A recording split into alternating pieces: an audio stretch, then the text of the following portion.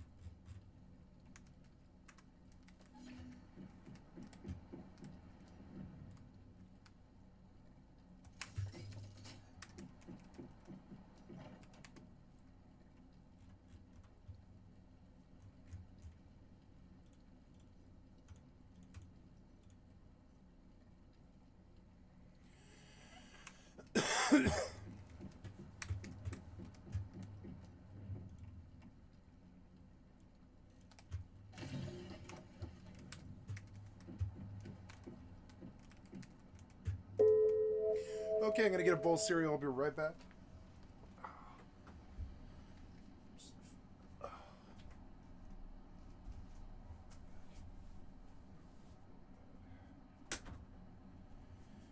So, 5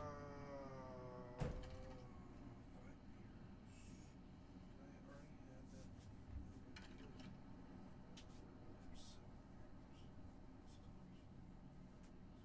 5 years.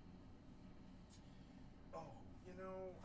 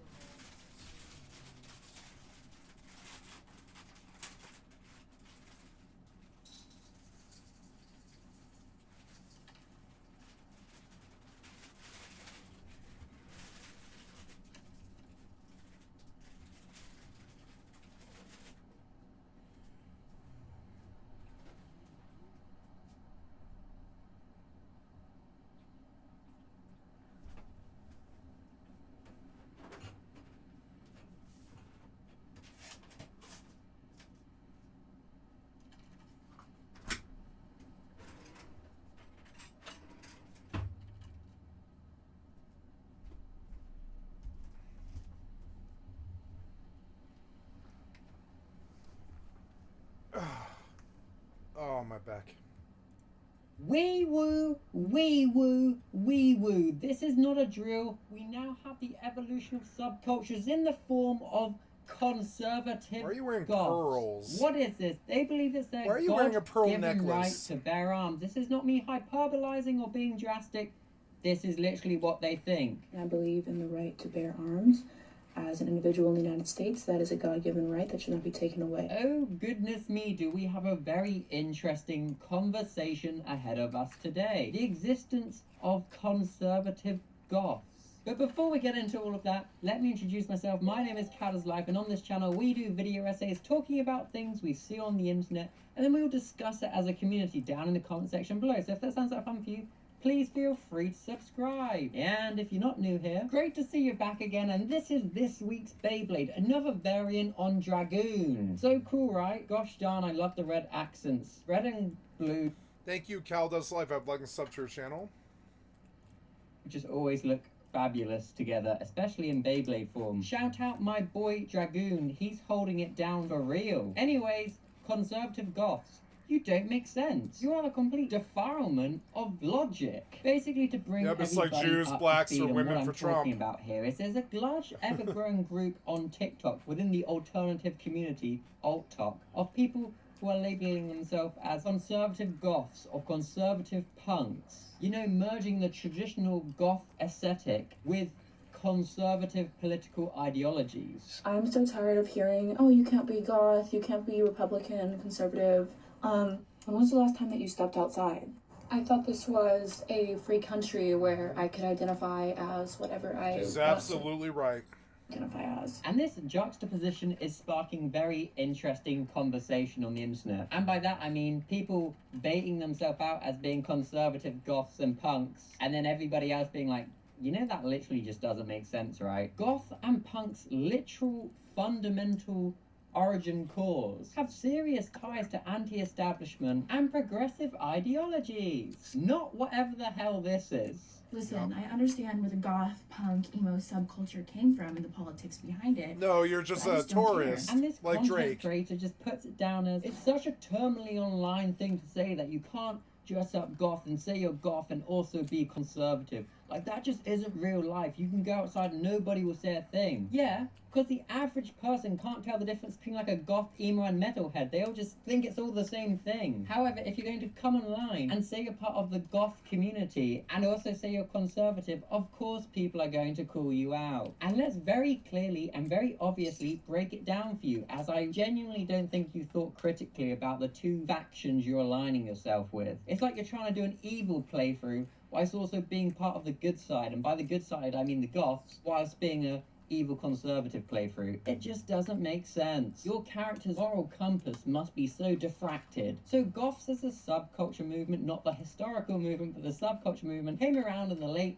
1970s, early 1980s, as an offshoot of punk, and it was all about its rebellious attitude to mainstream norms and to societal ideologies. And I think the confusion where a lot of people don't realize it's a political movement is because in modern times it is so attached to the aesthetic online. Looking gothic, it's been very commercialized. It's been very taken over by Creepy Old Man Incorporated, big corporations coming in and just profiting off the look. So what it's done is it's diluted it down to such a degree that now we've got the emergence of conservative goths. These big corporations planted the seeds within the lovely fields of goth and poisoned it with their pesticides and their fast fashion ways, and just made it so that conservative goths proudly appear online and don't see why it's a laughable offense to say you're conservative goth. Because at its core and at its general heartbeat, the thing that beats and keeps goth alive,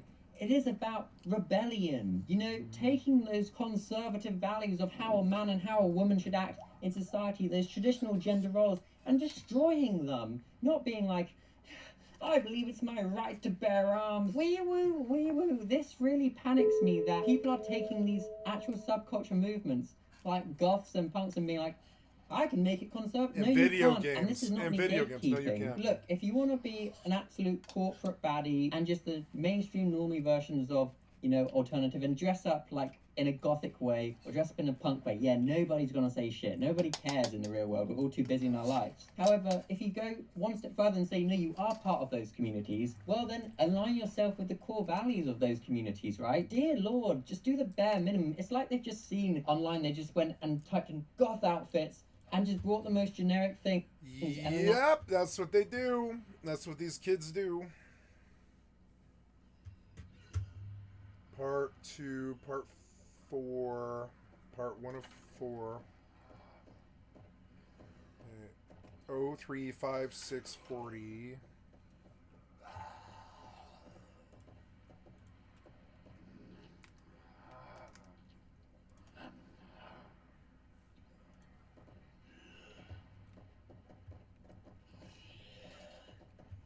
Oh 075645.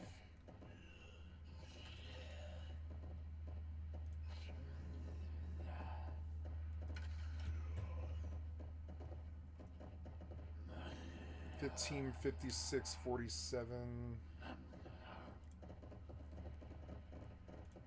That is so annoying. Ugh. Turn it off.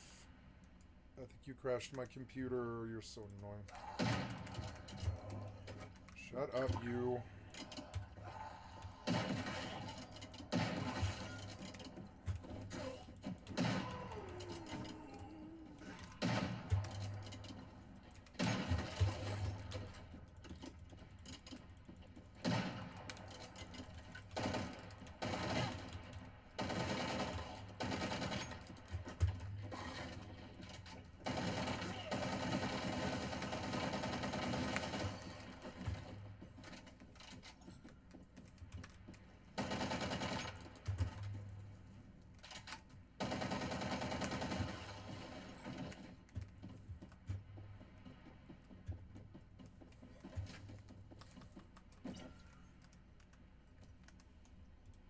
That makes them goth. No, you just like an aesthetic that has been commercialized by large companies. You're not actually part of the goth or punk movement. And that is Nope. okay. That is completely fine. Nobody would really care, Yeah, right? But right, attaching nobody cares. yourself to goth and being like, I'm conservative, is this is ludicrous. Like, given the real anti-establishment roots of the goth subculture, the concept of like conservative goth presents a big walking, talking contradiction. And the scary thing is, there seems to be thousands of them on TikTok. Yep. Not seeing that this is just One thing I've noticed about conservatives is they're loud. They're fucking loud. Like, the libs are loud too.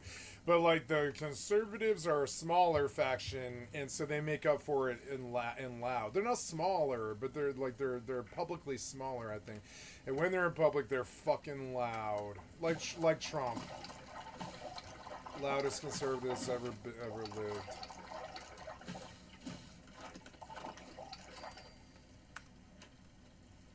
that can't exist. TikTok genuinely seems to be a breeding ground now for the just sheer dilution of these subculture movements and these conservative goths who are donning the stereotypical aesthetic that you do think of when you think of goth are all openly supporting these conservative ideologies. The promotion of pro-life, pro-gun, traditional family values, which historically, by the way, oppose the liberal tendencies of classic goth. And like, if this was just like a hobby, like cycling, I'm currently super into cycling. I spend all my evenings researching about bicycles, carbon ones, aluminium ones, steel ones. Which one should I get?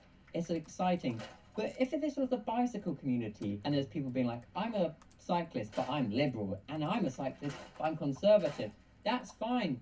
We're just riding bikes. Political values in the biking world don't really matter at all. You are the literal epitome of what happens when commercialization occurs and people no longer are aware of the cultural significance that is attached to aesthetics and just wear it because they think it looks cool. And that is literally how you get the emergence of things like conservative punks and goths. They don't see how it's incredibly hysterical to say they're this because they've never even researched into what it truly means to be, punk or goth. They just seen the aesthetic in a store or in a movie, in some like a Netflix film, like the alternative person, like, yeah, I want to look like that too. Fine, look like that, but just don't say you're part of the communities, please. That's like me saying I'm punk.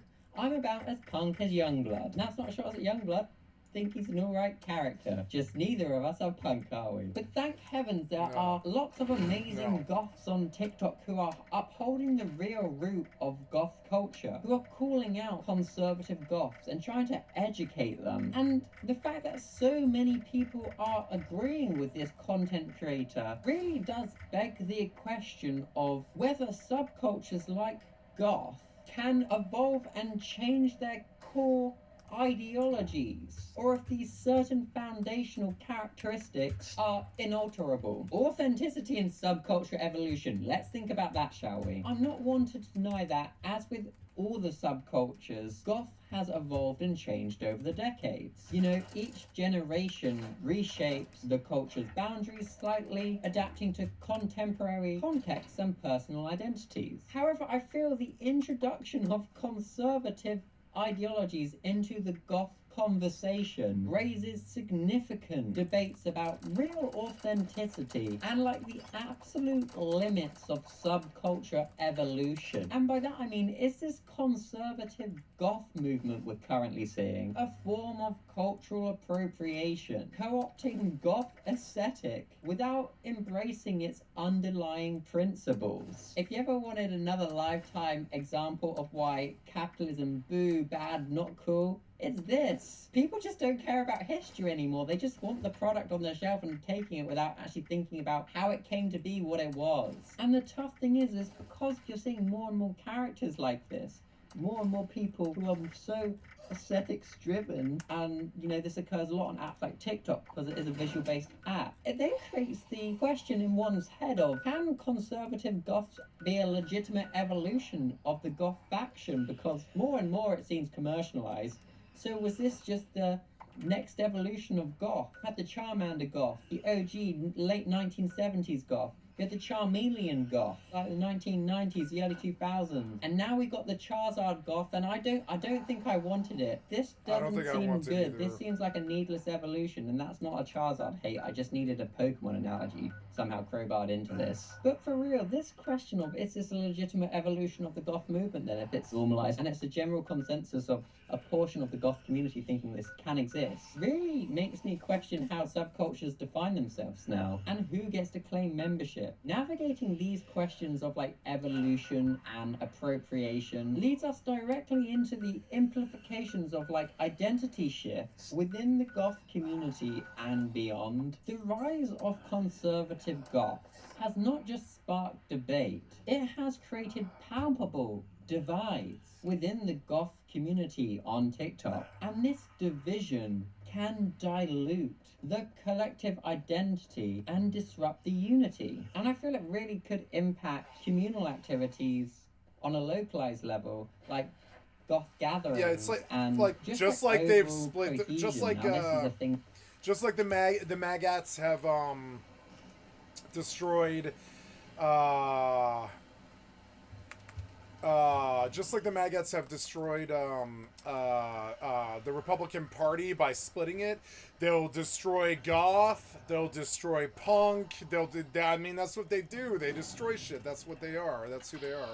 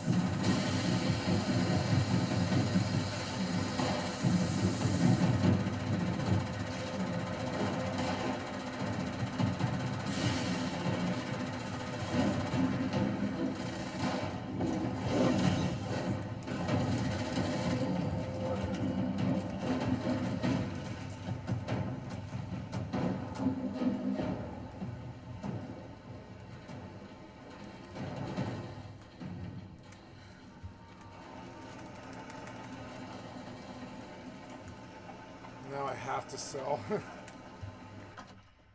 That's okay.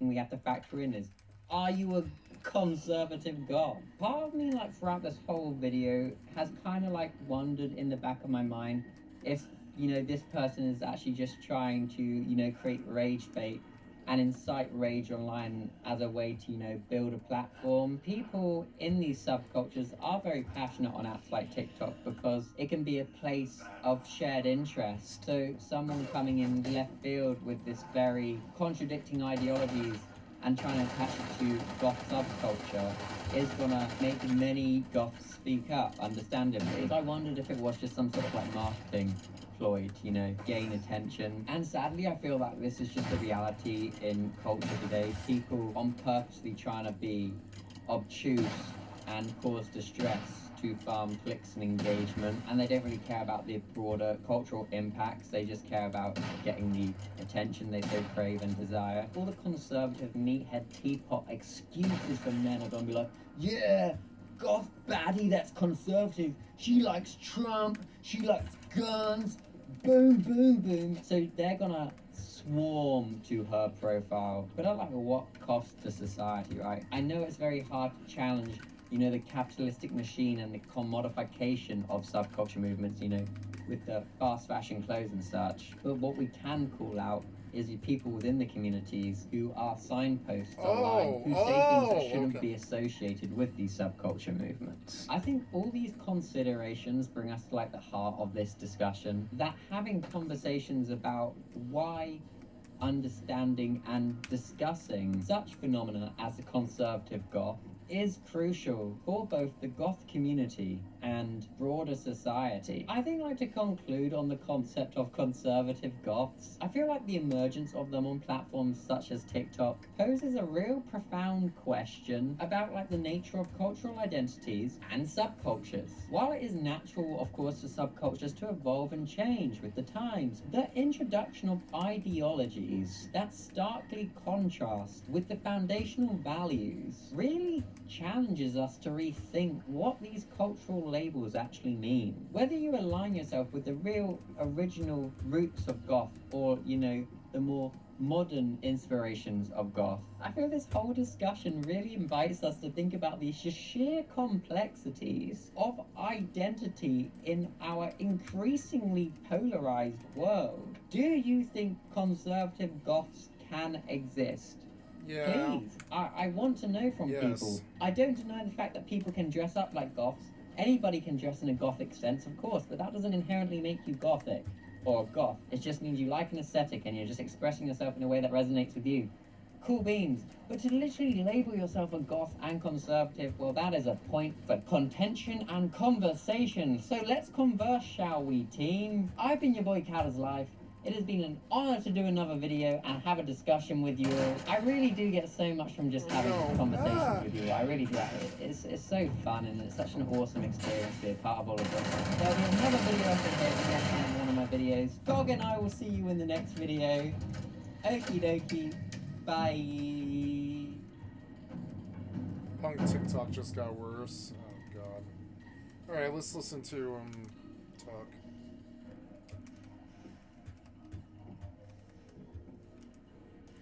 Wee woo, wee woo, wee woo.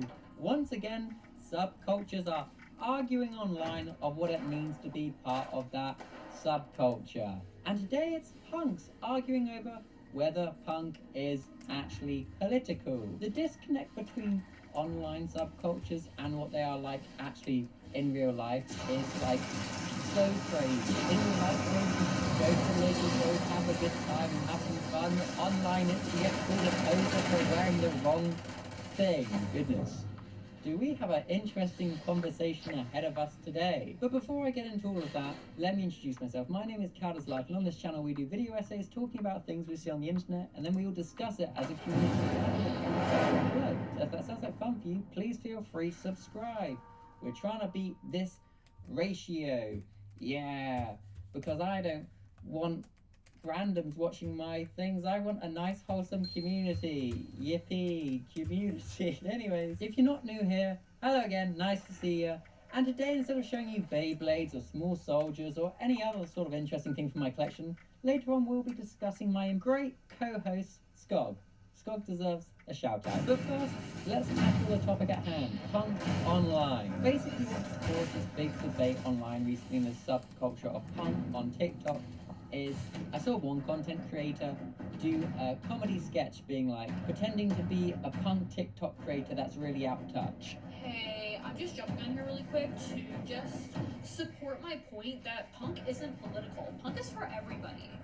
Like, I don't think you guys get it. I actually have knowledge of this. You know, it's a comedy sketch poking fun at the absurdity of claiming that punk isn't political. It's a funny ha-ha hee-hee where I think we'd all laugh and be like, funny observation of, you know, an out-of-touch content creator who's just trying to secure the bag forgets that the thing they're profiting off, e.g. punk, is actually an incredibly politically charged thing, you know? Funny moment we can all laugh together and be like, that's great, right?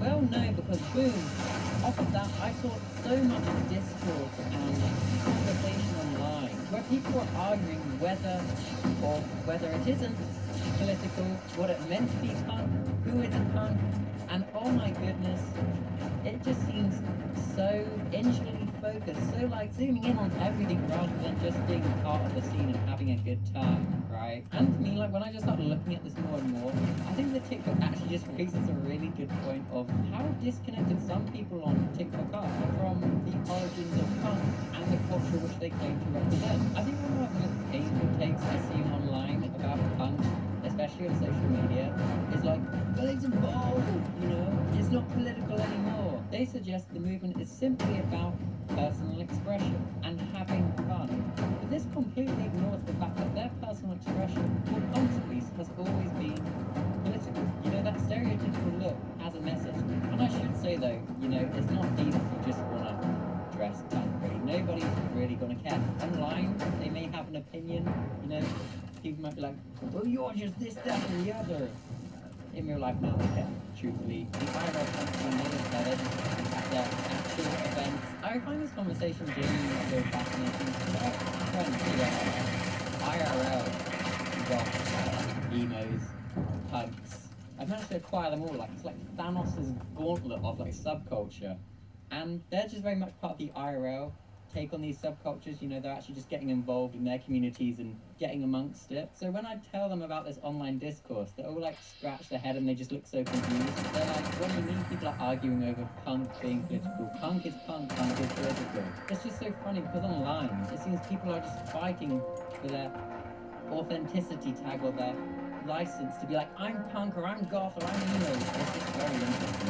And it's going to be a never-ending, you know, Spider-Man moving pointing battle thing like, well, this is punk and this is not punk and I'm punk and you're not punk and who wins? And ultimately, I feel nobody wins in these conversations. It's just one big eye roll. The IRL punk will not care if you just enjoy dressing as a stereotypical Vivian Westwood, Sex Pistols-esque, capitalistic variant on punk. No one will care. They'll just be like, oh, okay, you look like that, fair enough. But online they'll be like, well, actually, are you the 5th-gen political warlord, overlord punk? What do I mean by that? I don't know if this conversation is silly. The dilution of punk online is genuinely wild.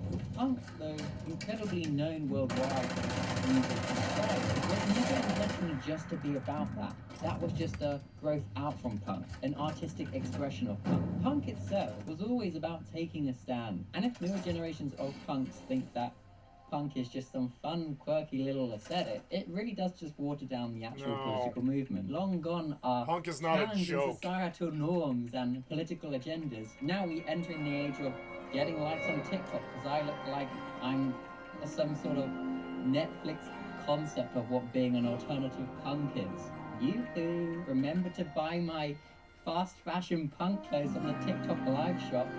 Yes, sirree. Oh dear. Can I interest you in some punk activism? No, I want the studded jacket leather 5000, so everybody knows I'm a punk overlord of this middle-class suburb I live in.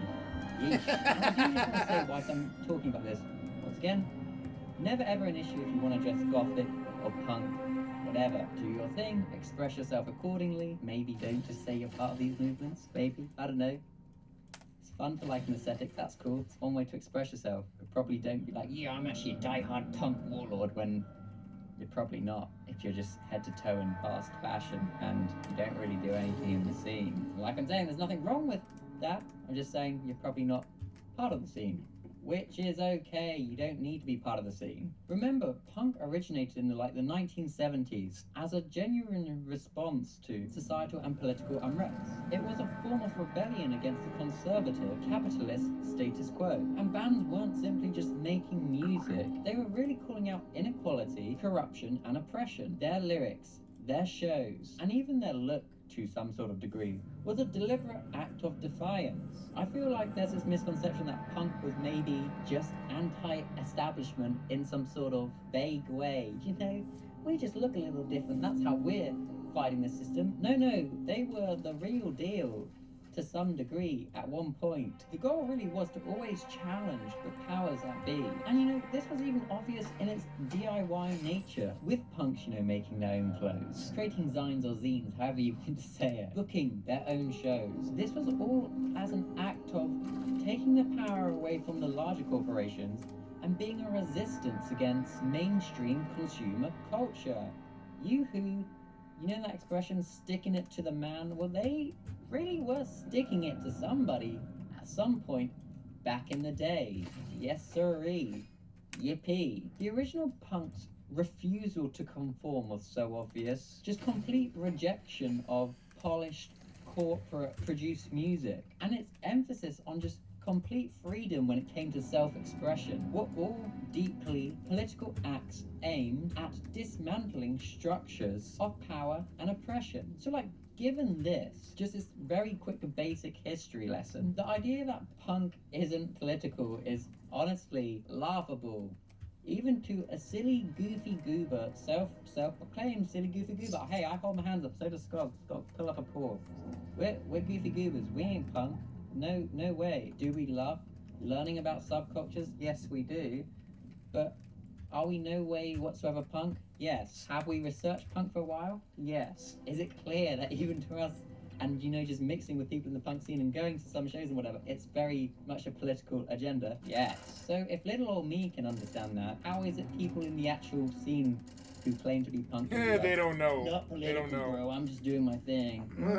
What? Really, Mama, I think you're kind of confused and a little mixed up. I think you're a little That's bit mixed okay. up, yeah. I'm just here to do a little video on saying why I think you may be wrong. Okay. I suppose a lot of that confusion does come from like the modern day online variant of punk, right?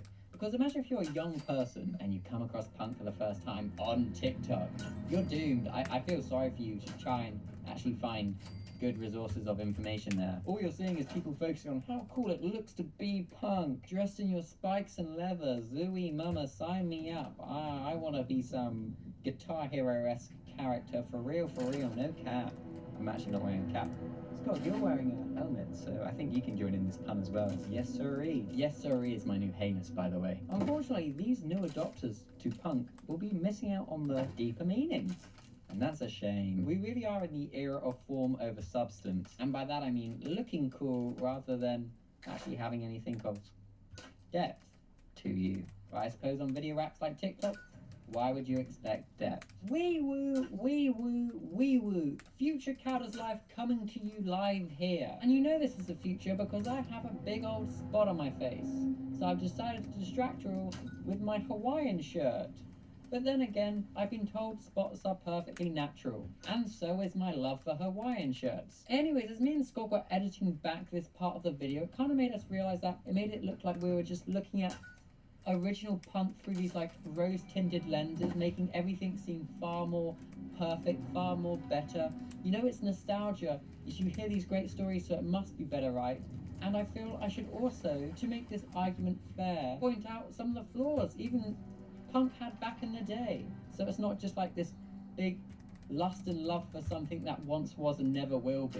One of the biggest issues of the original punk scene, and it's still an issue today actually, is the occasional adoption by far-right groups. For example, even within the UK, members of a far-right National Front try to co-opt punk's rebellious image, and they would use it for their own agenda. This is why there's sometimes confusion if you ask older people what they think of punk. They're like, aren't they those racist, haters, when in reality punks are actually like the complete opposite of that. It's just they've only seen what the media portrayed, you know, subcultures as, which were these like dangerous individuals that were here to do horrible things, which wasn't the case. Punks fought against these people and tried to push them out of the community. Yep. Hey, you can't steal our look.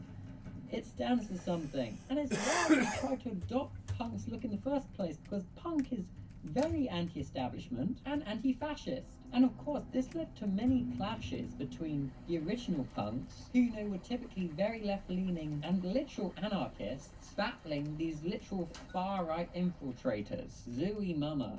Terrifying stuff, really. Even then, punk was being twisted and used to fulfill other people's agendas, and in this case it was hate groups. Another issue within the original punk was sexism and misogyny. The early scene was very male dominated, and while there has been, you know, some big notable figures within the original punk community who, you know, were women, the space, however, hasn't always been as welcoming for women. Many female punks faced harassment or were marginalized within the scene, and this is all despite, on the outside, punk's very progressive ideals. The reality was it was actually different to that. Fortunately, the punk scene has done a lot to address these issues now in the modern world. Today, as you will see on the internet, there are far more women and non-binary individuals within the punk scene. That is something that's actually gotten better in modern times. And I don't bring any of this up to, you know, like get one over on the original punk or like bash it or anything heinous or weird like that. It's just simply to remind us that, like any subculture, punk had its problematic moments. If we're being honest, it wasn't always as pure or politically consistent as we might believe or want to believe. And with that short interjection, I'm now passing back over to Past Cow, who had no spots and a severe lack of Hawaiian shirts. But remember, spots are natural, and so is my love for Hawaiian shirts, I think. But it's also not just about like downplaying the politics of punk. There's also like a disturbing disconnect between what people claim to be punk and how they act in the real world. Talking point 2, there's this content creator called Hijackmans, and they basically made a video showing how they were at a punk gig. They were queuing outside, and there's all these people ready to go to this punk gig. They were all dressed up in their punk uniforms, but unfortunately, they all ignored the unhoused people that were outside the venue. People that were forced to live on the street as there isn't housing available for them. And the TikTok kind of is pointing out the fact of how all these people that are in the queue, you know, claiming to be punk, are kind of forgetting what being punk is about. Yeah. Maybe stand up for the marginalized communities and fight for some good old social justice. The irony here is punk at its core has always been about helping those who are oppressed, whether that be, you know, standing up against the government, racism, or economic inequality. Wee woo, wee woo. This one is about that third. Economic inequality. People who are unfairly going without. Basically, the TikTok was saying no one else in the queue gave any money to the unhoused people, the people living on the street, which seems pretty punk, right? And the comment section for this TikTok was just like a hot pot of mess, really, and conversation. Basically, a lot of the comments were along the lines of, it's not their responsibility, or you can't help everyone. And others just made excuses of how, like, giving money to the homeless isn't a requirement of being punk. This, I feel, just shows like the clear misunderstanding about punk values. Punks are supposed to be anti-capitalist and pro-people. Humanity, yippee! And Bear Skog, don't worry. I think you fall under humanity. Does Skog fall under humanity? I think it does. Helping is a core part of punk. Yeah, the fact that people are like trying to defend selfish behaviour is once again just highlights how disconnected people have become from the roots of punk. And wee woo, I know some of my audience here will be thinking, is Cal having a really terrible take here? Because what if he's not even considering that some people may not have money or whatever? Yeah, that is totally fine. It should be obvious that I'm never critiquing those people. If you do not have any change on you, or you don't have any food or water on your person to give, that is totally fine. You know, never an issue. You shouldn't feel like a terrible, awful person if you just didn't have money on you to give to the person that was asking for spare change or whatever. That is totally okay. That doesn't morally make you bad whatsoever. I think that TikTok is just trying to raise awareness of how, like, in this big, long queue of punks, only maybe 1 or 2 people actually spared some change or gave some resources to the people that were in need, which is surprising. But this is never to demonize those who do not give or can't give. It's just saying you would have thought perhaps more would have given. I swear I'm not having a bad take. I did instantly consider that, right? Being like, well, maybe people shouldn't have change, but I feel like that's just the obvious answer. But I feel it's good to just say that anyway, just in case you were hurt by that, because you're like, Cal, I'm punk, and what if one time I didn't have change on me? There's been like billions of times, especially living in a big city like I do, where someone's asked me for change and I just simply haven't had change on me or haven't had the funds to get them something, and that's okay. That doesn't make you a morally bad human. That's just a reality sometimes. And of course, others also pointed out, you know, they've been told it's not safe to talk to people they don't know. I mean, yeah, I guess so. Yeah, in this world, it's not always advisable, especially if you're, you know, a vulnerable person or you're young or whatever. But in a queue of hundreds of people, you're probably going to be quite safe as long as you don't deviate from the queue. So if someone comes up to you and they're like, oh, do you have any spare change, or whatever they may ask you, and you so happen to, giving them some money or whatever isn't gonna land you in some danger. You're probably going to be safe in that situation. However, if they're like, come away from the queue and join me in my magical castle over there, which you can't see right now, don't do that. That's dangerous and silly. But there's a difference. Broadly speaking, yes, it can be scary to talk to people you don't know, and that rule of, you know, not talking to strangers is there for a reason, but also within that there's nuance, and sometimes if you're in a queue with people, you're probably going to be very safe, kind of, right? Yes. Come on.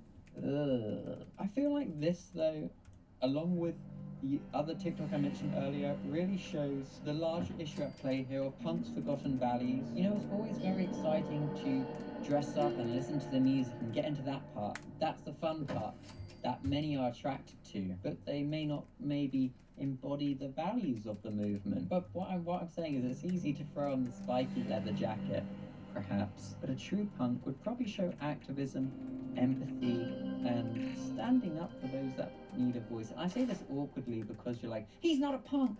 I know, I'm an observer. I observe. And I love interacting with people of all subcultures. It's very interesting. I love just picking their brains on these things. I'm just saying, if you quack like a punk, if you dress like a punk, surely you should do some punk things. Yeah. Right? Me and Skog personally, what are we, Skog? We don't want to label ourselves because it makes us anxious and then we get nauseous and a bit gaggy. So we're nobodies. We're just gonna sit on the bench. We'll take this one out. But yeah, I don't know. There just seems to be a real problem between wearing punk and living punk. And I feel with that in thought, the division between what looks like punk online and what actually represents punk isn't just limited to these like 1 or 2 incidences. There's like a growing gap between online punk and the offline reality, and I feel this is so true for all subcultures. How they're presented online as very superficial, very obvious stereotypes, and what it's like in practicality actually being parts of these scenes. Talking point 3, I think it's 3, but talking point 3, the divide between offline and online punk scenes. Gosh, the online version of all subculture movements really just tends to focus on the fashion and aesthetics. There's thousands of videos of being like, how to look like Goth Overlord 6000, like you just made The Cure 2.0 or whatever. Or there's like, how to be the emo swag lord, and that wasn't me referencing Carrington, that was unintentional. He just happens to be the swag lord. Or just like how to be punk, and it's always just like, oh, this just feels like an advert for freaking TikTok shop. Ugh. That thing really has done more damage to subcultures than anything in the last couple months. And online, there's just like so much talk of what real punk looks like. Like, so much talk. Rather than actually showcasing punk or the community. Like with a lot of these subcultures, actually, it's just always talk about what it means to be part of them, rather than just being part of them. It's how to look punk, be punk, without actually discussing activism and, I don't know, community. Things that are at the heart of punk, right? And it's all due to that aesthetics obsession. TikTok, like many other social media platforms, is visual based. People get drawn into trends because of what they see on these apps. So it's easy to see and kind of understand why so many focus on punk as a style rather than punk being this real political movement. But by focusing only on the surface, people really do miss out on the substance of the culture. And that is a problem, right? Isn't it?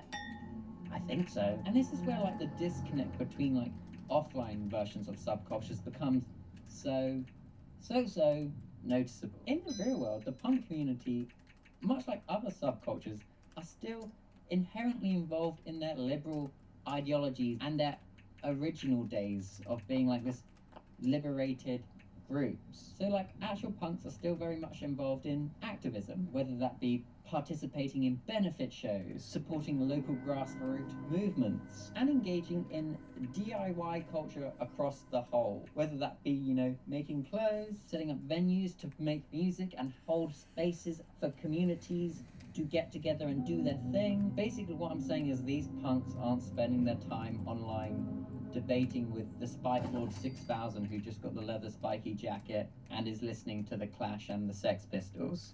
You know, that just never happens. They're just two iterations of punk that never mix. And you generally do see it more and more online now, but people are saying, like, if you want to get involved in these subcultures, the local scene is where you'll find it. And it's true, all these subcultures, they live and breathe in the local communities. And with like a little bit of research, you'll be able to find the ones local to your area. You know, whether that be for music or for activism, it's all there for you, right? But these spaces are where subcultures like punk live and truly breathe, not on TikTok comment sections, really. And I would say this honestly goes for all subcultures. However, with that, I feel I should also say, I know if you were like me growing up in the countryside, you know, really out there, not really connected to a town or whatever, the local scene might not just be there. So there may be no local scene. So that is a bit of a sticky situation. So what do I suggest you do there? I mean, you just got to do the best with what you've got. Honestly, it's not a good one. I had the same problem when I was young, but obviously as an adult you can move away and mix with like-minded individuals eventually. So you might just have to feel a bit like impostery syndrome when you're a youngster, when you know your kid still lives at home, but that's not your fault and you shouldn't actually feel like an imposter. You're just doing the best with the resources you've got, right? And I totally empathize with that, and I understand that,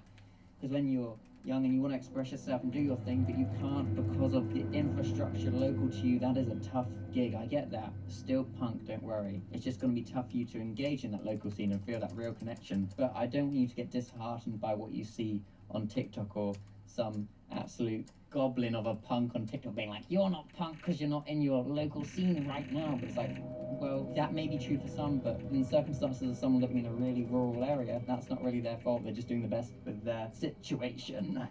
Yeah. And also, that's not me just saying local scenes are flawless. You know, local scenes also have real world problems, whether that be weirdos or odd things going on. Yes, that does happen as well. I'm not ignoring that the local scene does have problems, and if you're a young person watching this video, it may not be safe for you to go to those scenes by yourself. So that's why it's always good to attend with, you know, someone you know and trust really well, or an adult if you're, you know, a minor. Maybe you can persuade your parents to go and try and get into the scene together. Safety first, and always take precautions, right? But within that conversation of like people doing their best with the resources they have, I kind of want to also talk about how even on TikTok, how even on online punk, there are some real content creators doing some great bits of work for the scene. It's not all just arguing in this horrible circular conversation of you're a poser, no, you're a poser, or what does it mean to be punk? There's people just being genuinely resourceful and educational and being great tools for new people wanting to get into the scene.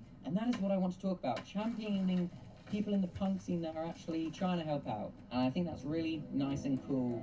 So let's talk about that. Talking point, what is this now, like 6 or 5? I don't know, but punk content creators who are educating and inspiring. Yippee! What are the most positive trends we're seeing on TikTok within the punk community, or just in the subculture communities in general? I also see it a lot in the goth communities. Is how to make DIY clothing. I think there's always this misconception that it's super expensive.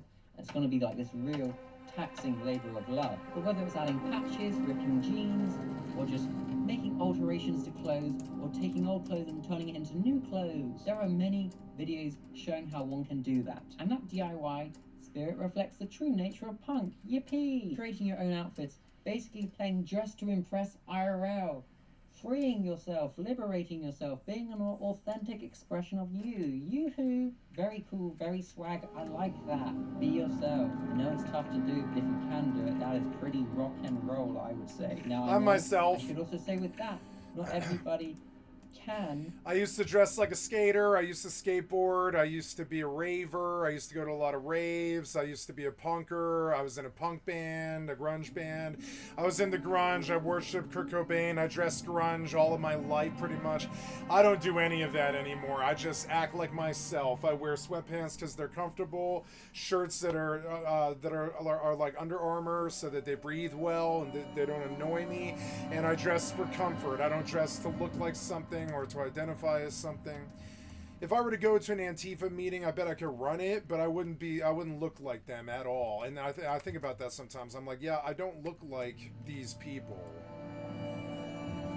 Yeah, I don't look like the people that you see in the scene at all. No, I'm in the scene and I think the same things, and I'm a DIY punker, but I don't dress like it. I think dressing like it is kind of a folly, a little bit actually.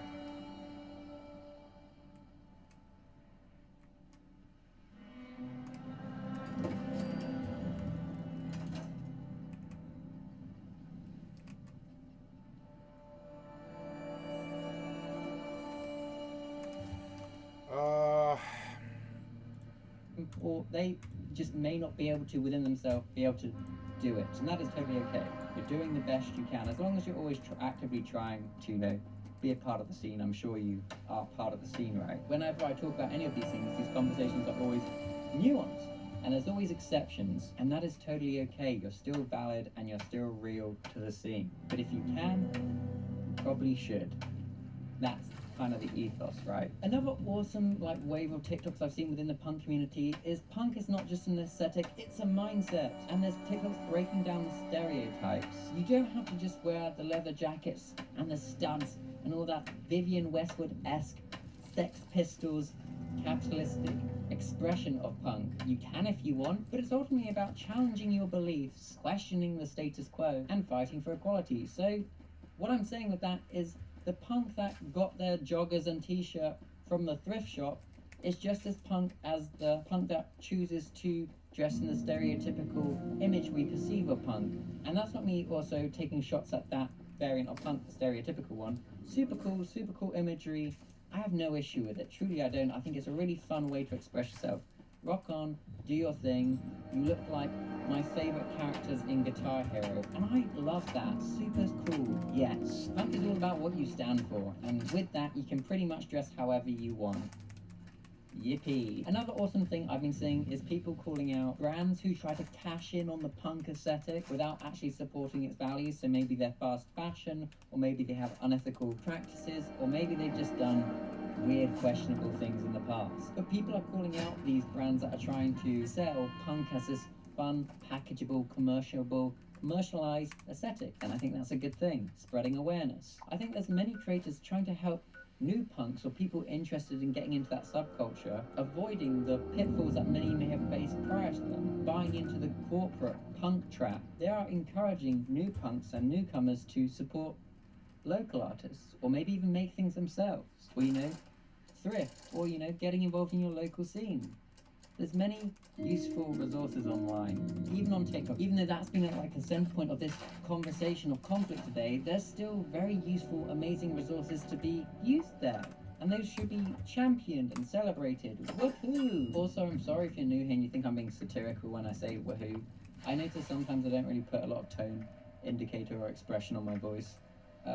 Or sometimes I just generally just come across as sarcastic, but I'm being genuine like 99% of the time. And if I'm ever not, and I think people might be confused, I normally put in brackets, I'm being sarcastic here, as I know my voice can sometimes not give enough clues to my intention. Yes. I think my final thoughts on this, so the conclusion While punk TikTok has definitely currently taken a turn for the worse, much like I feel a lot of subcultures recently online, I'm seeing a lot of people voicing their stresses and concerns in their subcultures online, turning to which who's a poser, who's real, it's all forgetting about actually getting involved in the scene and going to see the local bands and such. It seems like a stressful situation for all. And in the case of punk, it's people forgetting that it's political and they're forgetting it's all values. But with saying that, there's also still so much good positivity going on. And that's because inherently humanity is good and positive. And that's the thing we should always remember, right? Humanity good. I don't want this to be a humanity bad boo hiss boo. There's always a good conversation to have there, and conversation's not a bad thing. And through this we can have a good conversation, and hopefully punks will come into the comment section and talk their piece and express their opinion on this. And I think that's always crucial and so useful. And I know it is frustrating, this discourse. It seems so like, why does this have to happen? Just go and get amongst the thing in real life. I understand it seems very online, this whole thing. I think with that, it's also important to acknowledge that punk isn't dead, not at all. It's just evolving, it's just adapting with the times. And for those who are true about the movement and truly care, there are still plenty of ways, online and offline, they can get involved and engage with the community. So, with that, I would now have to pass the conversation over to you, the viewer. Let's discuss. And like I say in all my videos, there's never you have to agree with Cal, otherwise I will turn on you and witch hunt on you. No, you're always allowed to express your opinions in my comment section freely. I always want that to be the case, an open channel of communication. I love conversation, I love being educated on these subjects. It's so interesting, and I really appreciate everyone taking the time to voice their opinions. I truly do. It really means a lot. It's not only just me that reads them, it's all my friends and family as well. They'll read them and be like, Cal, did you see that point? Did you see that point? And we all have discussions about it. And that just means so much to me. It really gives me a lot of purpose in life. I don't know if that's a tragic thing to admit, but yes, let's discuss this. Yeah, and anyways, as I said, Skog, it's now your time to shine. Come down, buddy. Do do do do do do do. Skog, skog, skog, skog, skog. Skog, skog, skog, skog, skog, skog, skog, skog, skog, skog, Keeler. Do do. But yeah, no, this is my boy Skog. We've been holding it down for like a couple of years now. Skog, how old are you? Tell them. Oh, yeah, he's like 1.5. He's kind of shy. He's got great little feet. Look at his healthy little paws. It's so healthy. It's so Skog cool right now. You have quite a big fan base on YouTube. You get a lot of people in the comment section who do. He's camera shy. He's normally just like sitting in the back. But that's Skog. He's my boy. Very cuddly, and we sometimes watch movie marathons together, and I fall asleep on the guy. Kind of smells like Sleepy Me. You know, Sleepy always has a distinct smell. Well, Skog smells like how I smell when I'm tired. So that's a fun little bit of information. But I just want to shout out Skog. He's always in my videos. He's always holding it down. He's always there for me as a little creature of confidence. So thank you, Skog. Thank you, viewers, for making it this far. I've been your boy Skycatlive. There'll be another video I say here if you want to watch another of my videos. Let's go, do the outro. Whoa. That was silly. Okay, bye.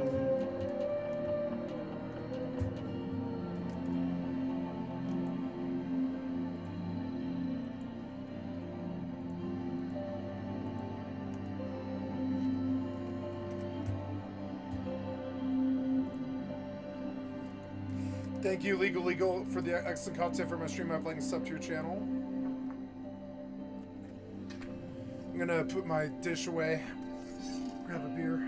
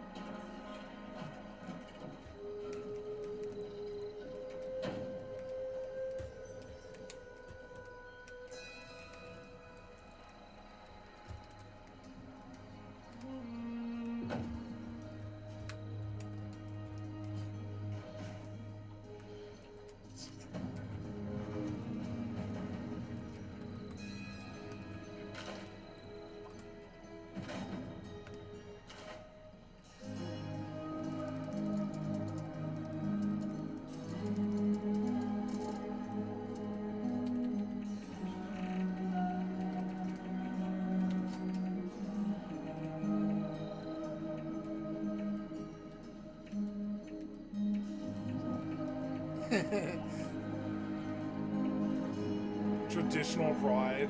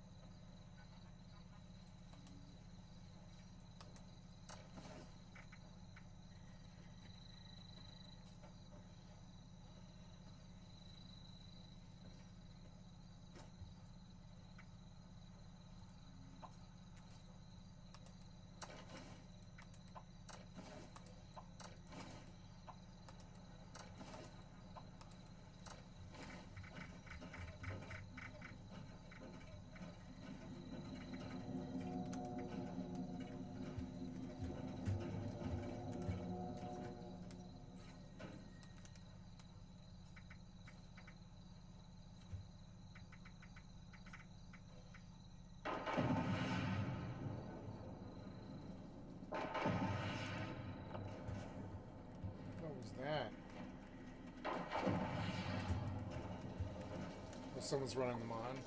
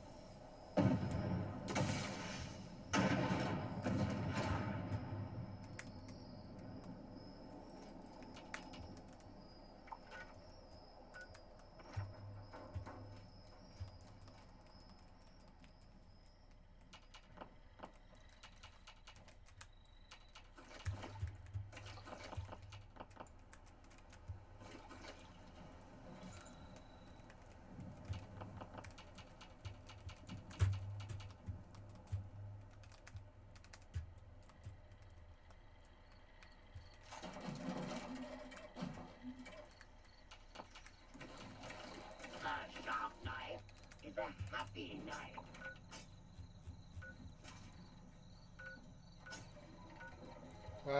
Radiation rumble cleared quick. I should have popped in.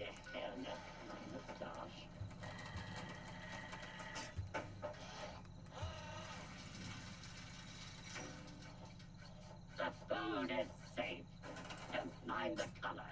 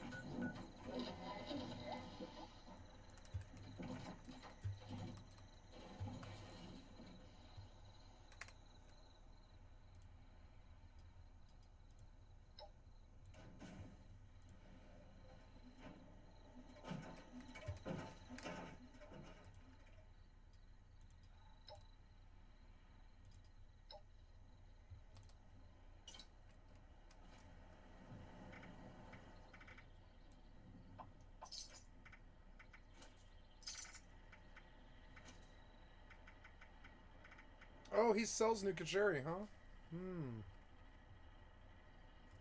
I suppose I could start collecting that. It lasts forever. So does Cream, too, I think.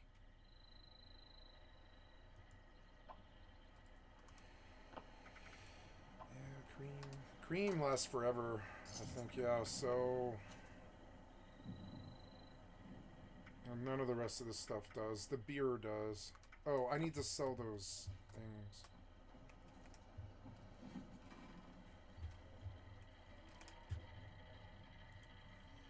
Yeah, these trench runners hoods.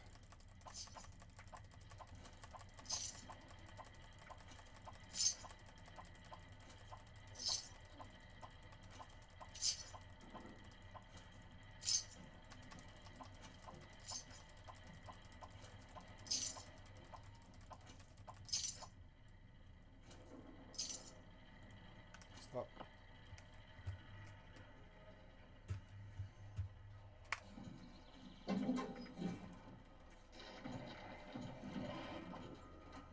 You can have this for 10,000 caps, but I want to keep it.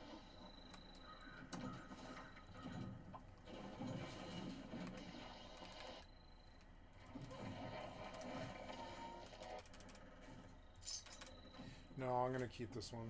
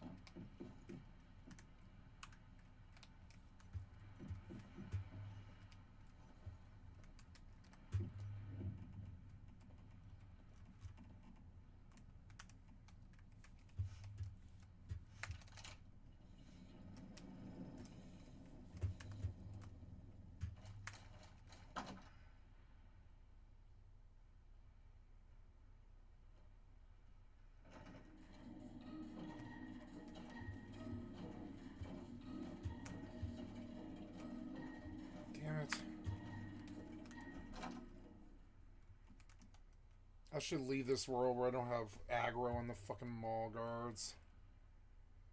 I've been in this team for a long time, for hours and hours. Oh, Flash not started. Let's just go do that. Hopefully by the end of that.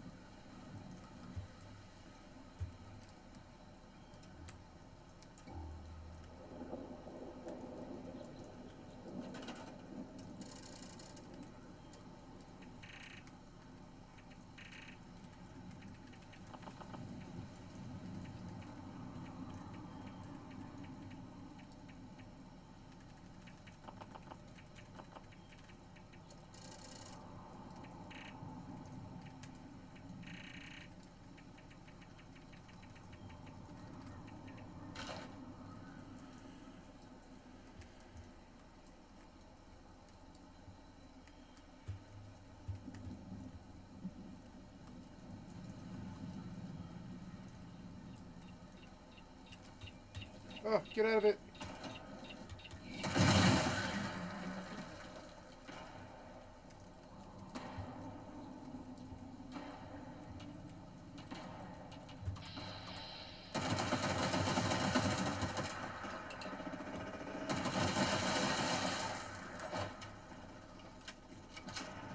I love mole miners.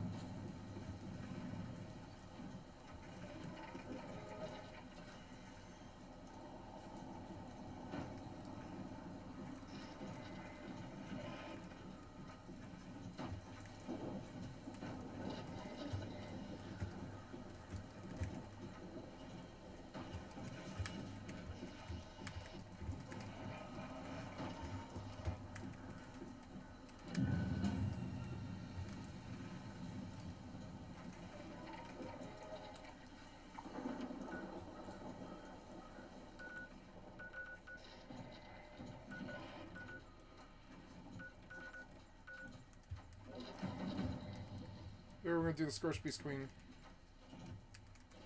I think the effects are a little too loud.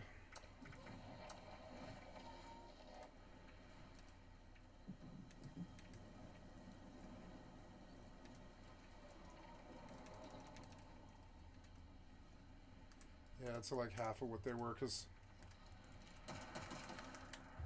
yeah, when all those guys are shooting, when there's like 20 people shooting, it's so loud, it's gonna break my woofer.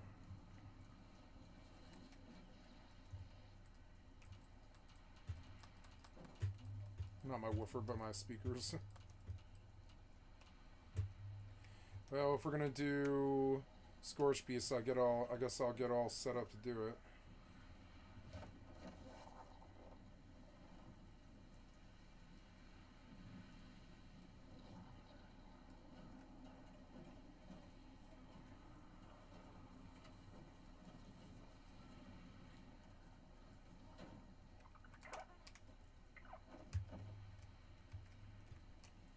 Yeah, I haven't put a bed down out here, and I'm going to.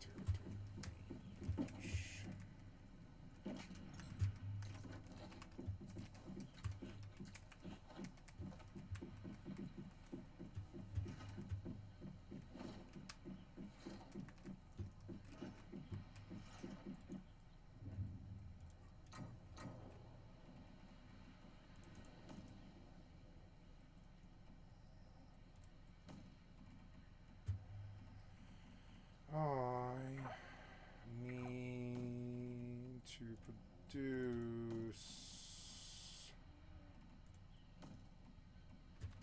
There's my buff. Okay.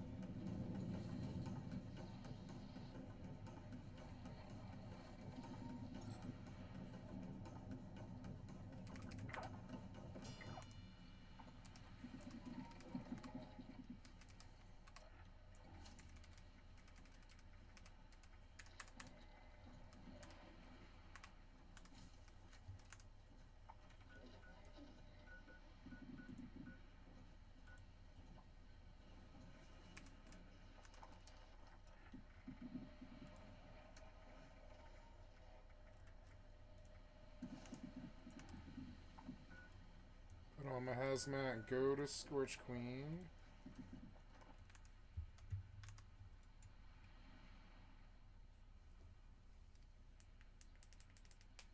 I love 76. Once I started to have 200 frames, the game is so much better.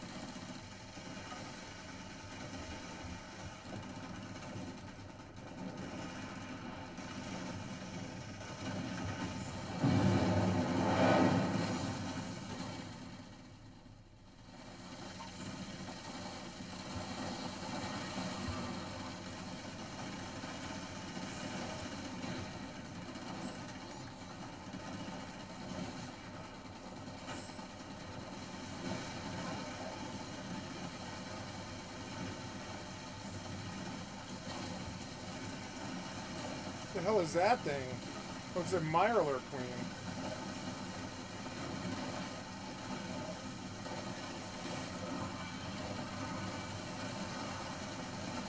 Nice, I dinged. This is so much better with lossless scaling.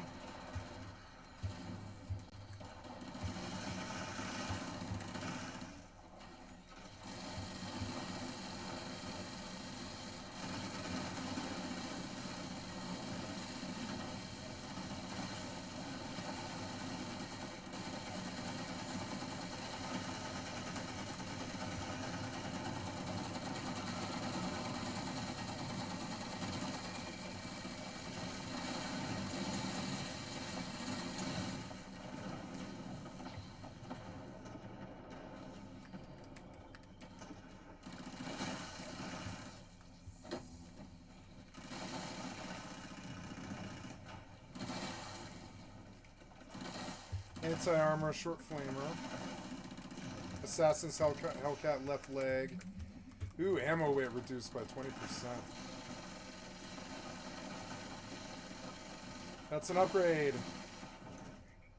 Oh no, it's power armor. Okay.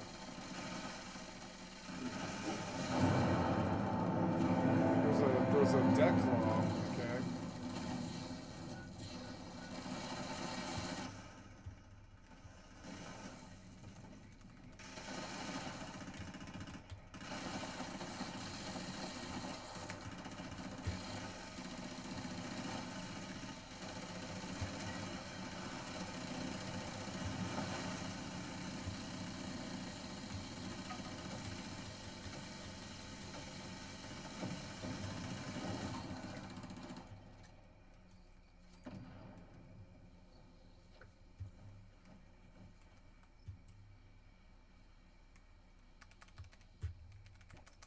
I love this rocket launcher. I didn't realize how much weight it pulls. It's like one of the best. It's probably my best weapon, really.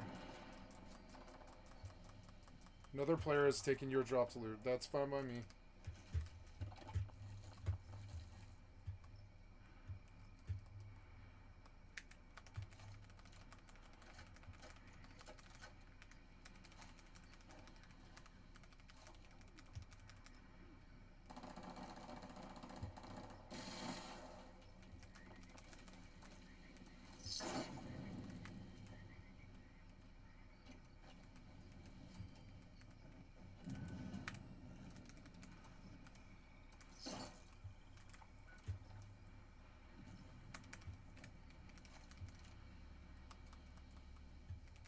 Fun as hell.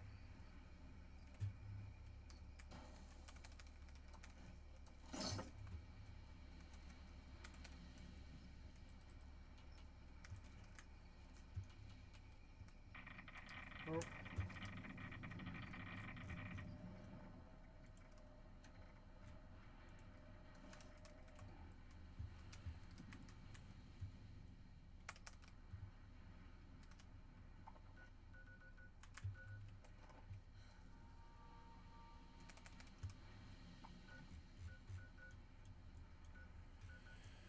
Another player took my loot. Soylent Rock, maybe. I'm guessing.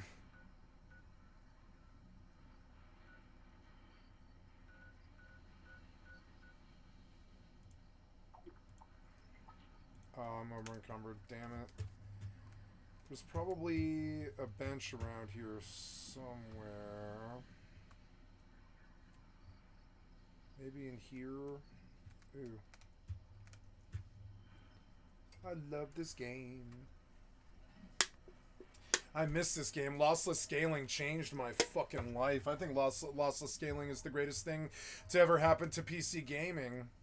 I think it's better than Nvidia or whatever. I think it's better, did more for gamers than Nvidia has. Like, dude, lossless scaling is so good. Pull you in nice 280 frames with basically no loss or anything like that. Fucking best program ever made. Proof that maybe I should stop talking so much shit about software developers, because lossless scaling is proof that not all of them are evil and bad and incompetent, you know? Lossless scaling really, like, sends me the other direction, where I'm like, I love you, software developers, you know? Proof that you can do something great. It's just been so long, you know? We kind of forgot that you could. But lossless scaling is the greatest thing to ever happen to PC gaming. I really feel that way. You know, I don't ever fuck with power armor. Maybe I should. I don't know. What's it like when you're in it? Are you slower?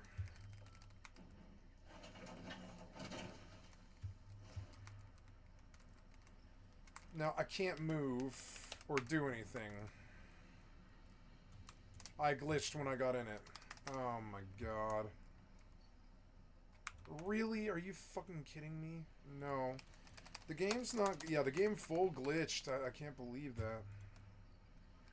Well, let's quit, I guess. Wait, maybe it's the lossless scaling? Let's kill the lossless scaling and see if that fixes it. No, lossless didn't fix it. It's something else.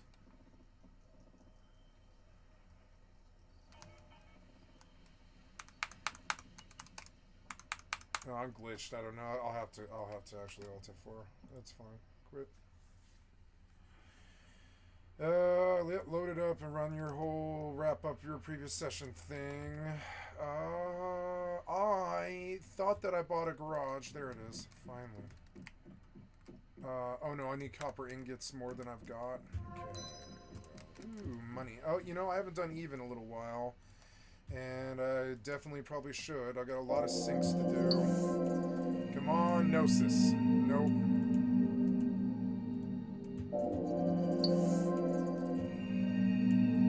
Gnosis. Nope. What am I at now? Five bill. Jesus Christ, 5 fucking bill. And I still have so many ships and so many things to sell. I somehow just managed to, like, quadruple my net worth or whatever. I wish I could do it in real life.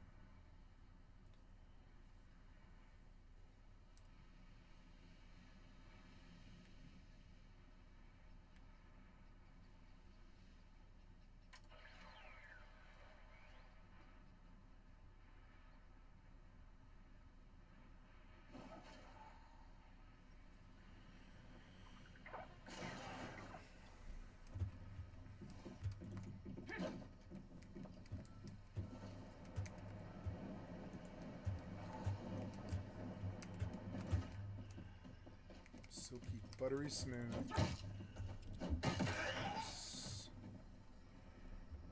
camera got moved.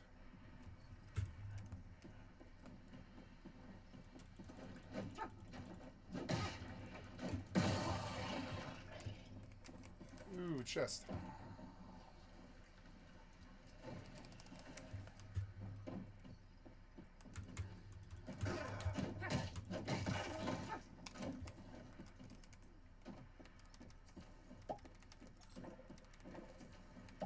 I love that sound. Oh.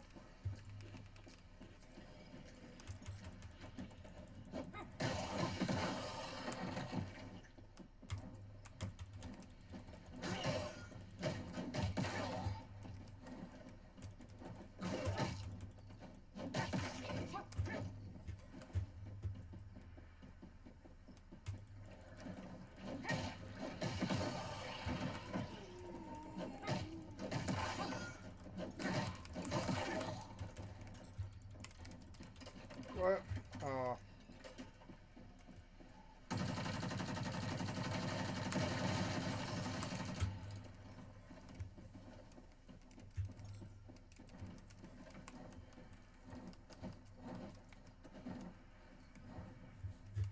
It's another storage piece. I don't have any missiles left, though.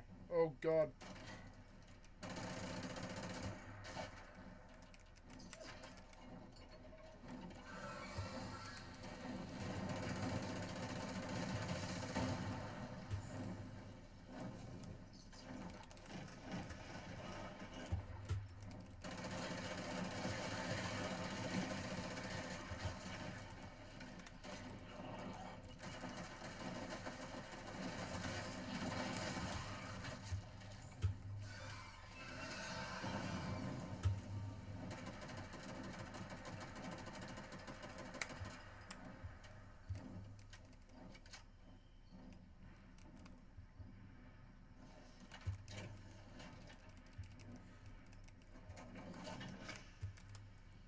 Can I sell that stuff? I mean, I don't know. I can, oh. Get out of it.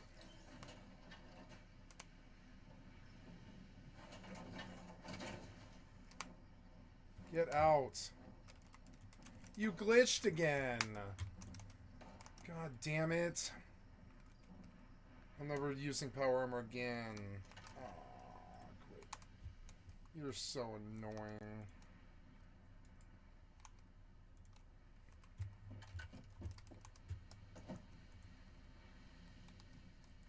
It's so annoying.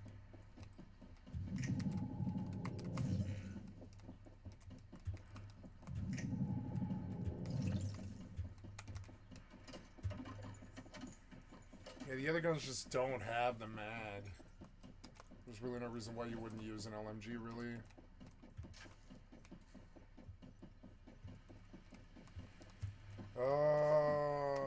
I suppose chopping trees would be productive and finding tin. Yeah. I love how beautiful this game is. It's just like it's better than Fallout 76 in almost every way, except for just like 76 had so much Fallout lore to like fall back on, all these mobs and everything from Fallout 3 and Fallout 4 and New Vegas. And they just used all of it and just put it into the MMO. Yeah, I have to imagine that there probably is. I'm not DC'd, so I don't know. I don't know what you're doing.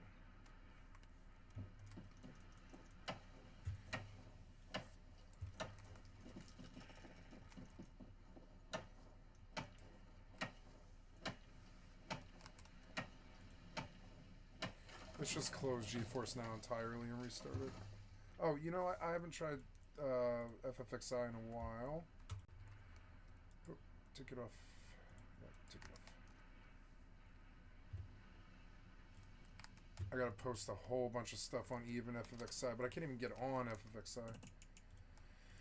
So,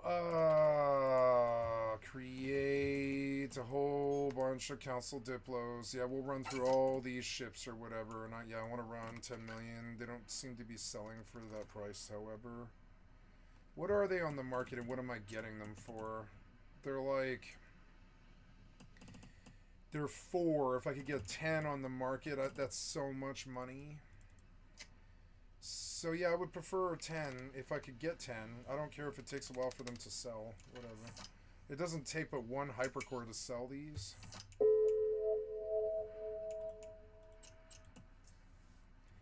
I love the Council Diplo. It's such a good ship.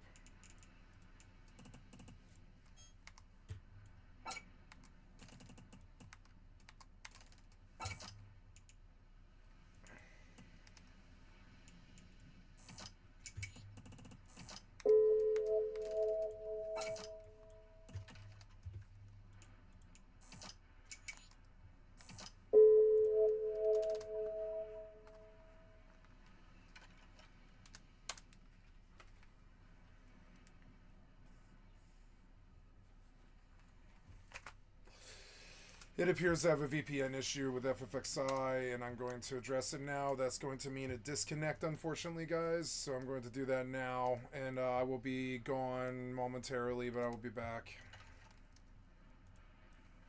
Ooh, 1.7 mil. Let's send these guys out. I don't think I have, actually. I'm not going to do it just yet. We'll do this first.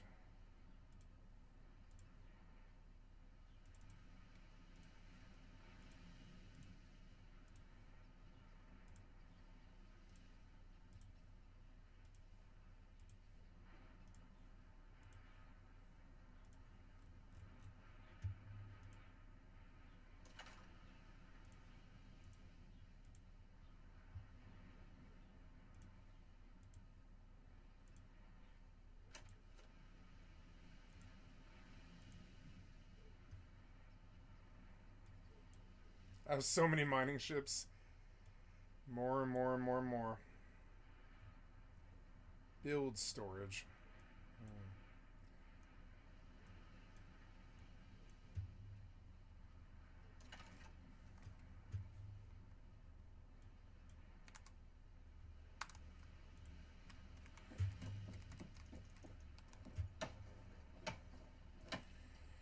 Okay, we're gonna disconnect all of this, which is kind of annoying, but...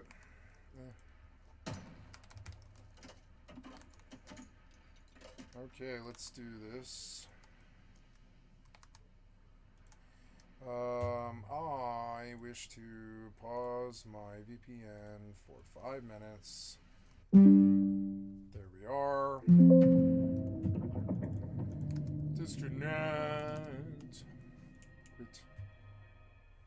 Could not find the specified channel or stream key. Please let me navigate.